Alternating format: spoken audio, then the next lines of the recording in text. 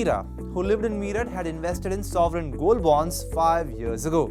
But now, when she needs funds, can she utilize these bonds?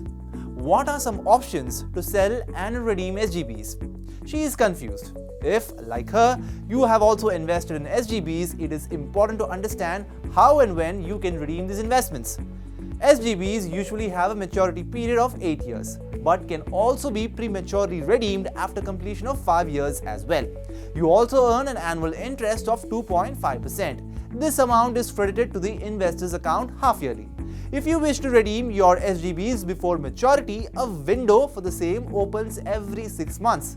The date of maturity is decided on the basis of the date on which interest is due to be credited.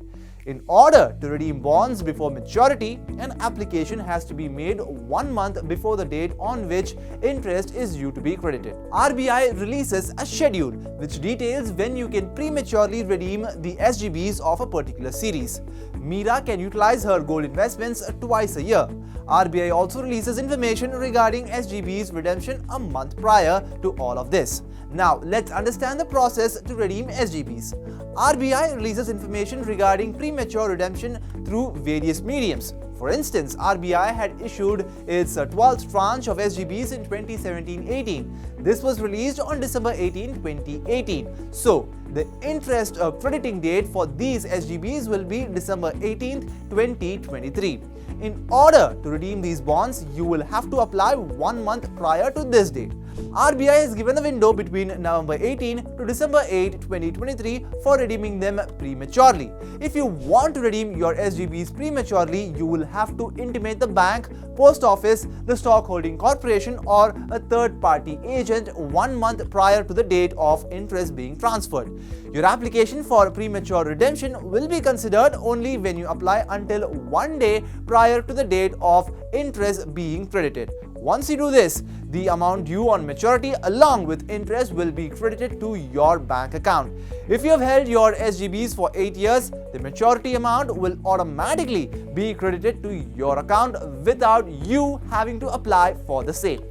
SGBs are also listed on the exchange where you can buy and sell these bonds whenever you like. But the condition is that your SGBs should be held in demat form. You can sell your SGBs easily through broking firm you have an account with. Once you sell it, the bond amount will be credited to your account. It's also important to understand the taxation aspect on these bonds. If gold bonds are redeemed after 8 years, that is on maturity, the amount received will be exempt from tax. If you redeem prematurely your SGBs through RBI, the profits received will also remain tax-free. However, if you sell these bonds through an exchange, the returns earned will be categorized as capital gains. Speaking on this, tax and investment expert Balwan Jain says that if you sell SGBs within a year of buying them, the return will be taxed as short-term capital gains.